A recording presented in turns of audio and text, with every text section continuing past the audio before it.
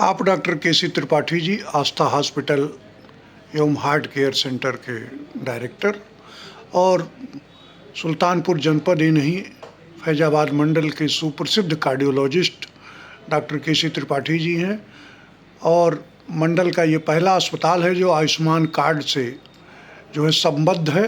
Ayushman card धारकों का यहाँ पर हार्ट के संबंधित सभी बीमारियों का इलाज होता है, जिसमें एंजियोग्राफी, एंजियोप्लास्टी से लेके अन्य बीमारी का भी इलाज समुचित व्यवस्था के साथ किया जाता है। डॉक्टर साहब, अभी तक कितने मरीजों का जो है एंजियोग्राफी, एंजियोप्लास्टी करके आपने उनको जीवन दान दिया है?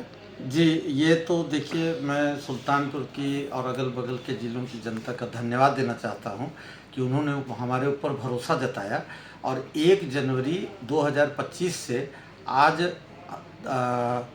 30 अगस्त 2025 इन 8 महीनों में हमने 300 का नंबर क्रॉस किया और आज की तारीख में हम 310 मरीजों की एंजियोप्लास्टी कर चुके हैं। और ईश्वर की कृपा से एक भी मरीज कभी कोई मरा नहीं, सब जिंदा वापस गए।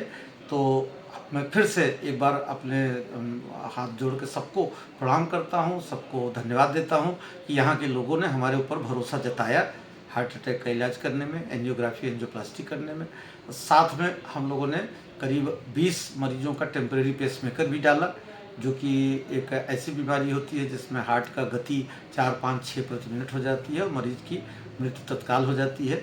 लेकिन ऐसे मरीज भी सारे जिनको हम लोगों ने टेम्परेरी पेसमेकर डाला, वो भी सब जीवित बचे। डॉक्टर साहब, ये हार्ट अटैक मरीज कैसे समझे कि हमको हार्ट अटैक आ रहा है? कहाँ पे दर्द शुरू होता है? अब इसका सिम्टम क्या है? ऐसा है कि अगर किसी भी व्यक्ति को अचानक से सीने में दर्द हो, सांस फूलने लगे या सांस लेने में तकलीफ होने लगे, पसीना होने लगे, घबराहट होने लगे, तो ऐसे व्यक्ति को तत्काल किसी हृदय रोग विशेषज्ञ को संपर्क करना चाहिए, जिससे उसकी जांच, ईसीजी, ब्लड का टेस्ट, ईको करके ये कंफर्म किया जा सके कि उसको हार्ट अटैक ही है या नहीं है। और एक सुविधा हम लोग अपने आस्था हॉस्पिटल में और शुरू करने जा रहे हैं, रैपिड एक्शन टीम। तो उसमें किसी भी पूरे ज़िले के कोई भी आदमी कहीं भी अगर उसको इस तरह की दिक्कत आती है कि अचानक उसको सीने में दर्द हो, पसीना हो, घबराहट हो, सांस फूलने लगे, तो वो उस नंबर पे कांटेक्ट करेगा तो एक एम्बुलेंस आस्था अस्पताल उसको निःशुल्क भेजेगी। वहाँ जाके जो प्राइमरी इलाज है ईसीजी करके कर देगी और उसके बाद उस मरीज को वापस लाके आस्था अस्पताल के आईसीयू में भर्ती कराएगी, जिसका जो पूरी तरह से निःशुल्क रहेगा, एम्बुलेंस का कोई चार्ज नहीं लिया जाएगा।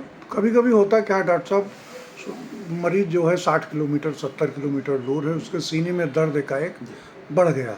ऐसे में कोई ऐसी दवा है जो वो तुरंत अगल बगल से लेकर के, मान लीजिए दिन में हो रहा है, या अपने पास रखे जिससे कि वो अस्पताल तक पहुंच सकता हो? अगर देखिए थोड़ा भी ये लग रहा है कि ये हार्ट अटैक की तरफ जा रहा है तो डिस्प्रिन टैबलेट आती है, आधी गोली 325 मिलीग्राम प्रति डिस्प्रिन, आधी गोली 150 मिलीग्राम तत्काल खा ले आदमी।